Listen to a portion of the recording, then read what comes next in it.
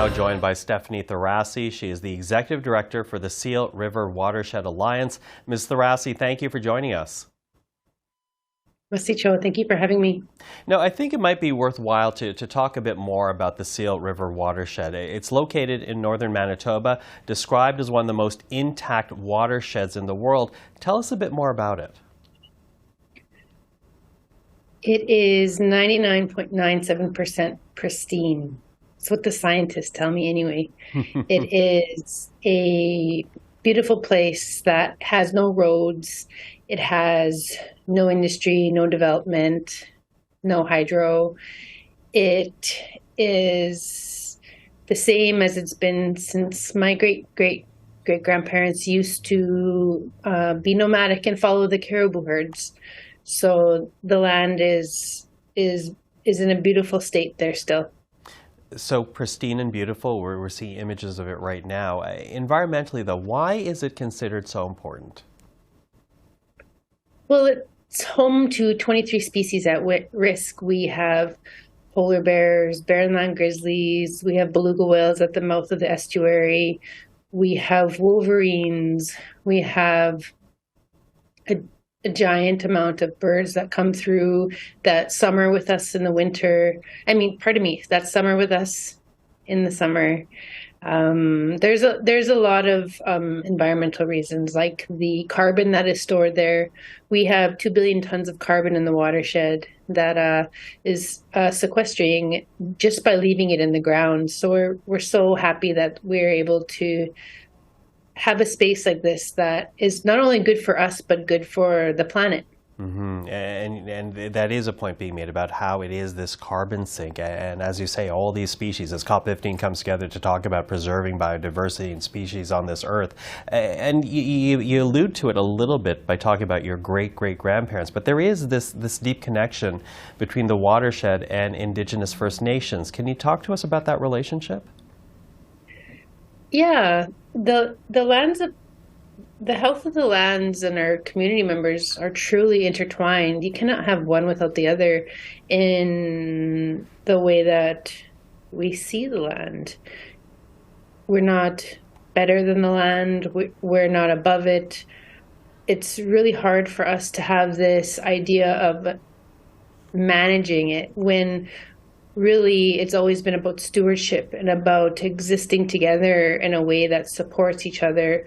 Healthy lands equals healthy people. Mm-hmm, mm-hmm. And the commitment today, it is a feasibility assessment. That's how it's listed for creating this Indigenous area, protected area. Talk to us first and foremost. What does that mean, a feasibility assessment, and what do you hope comes out of that? Well, a feasibility assessment is the first step in creating a protected area officially with our province and with Canada.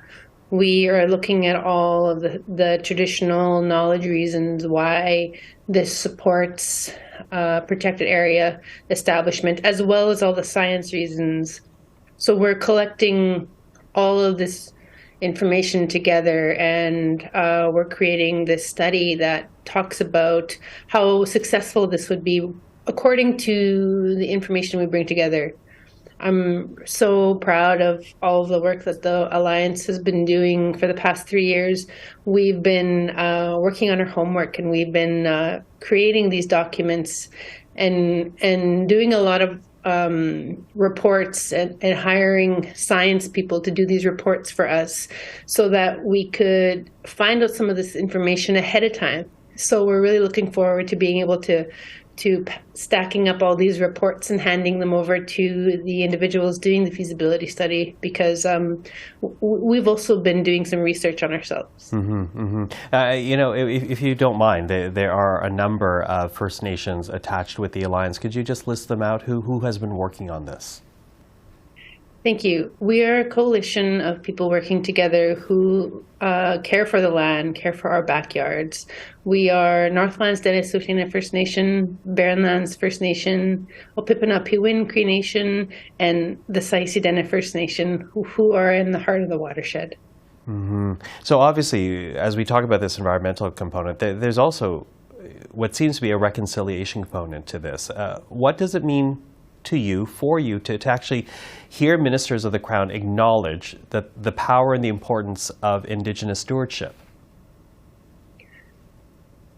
Yeah, our community was accused of being bad stewards at one time. In 1954, we were forcibly relocated from our home and our territory, and one of our seasonal stops along where we used to subsistence hunt. And in doing so, a third of our population died because of not being connected to the land. And in 73, our nation moved ourselves back to the land and back to that connection that we knew we needed to be thriving out in such a place. So when I hear them talk about reconciliation and moving us forward in a good way, I think about my parents who had to eat at the garbage dump to survive. I think about all of the elders who are no longer with us that fought for the land and who have been guiding us up until now. I think about all of their words and the work that they've done. So when I think about stewardship, this is something that we've always done. We've always been caretakers. We've always been connected and in a good way, a waste nothing culture. So having that recognized now, I think is a really meaningful path for our community to do really great work for this space. Stephanie Thorassie, really appreciate the time today. Thank you for that.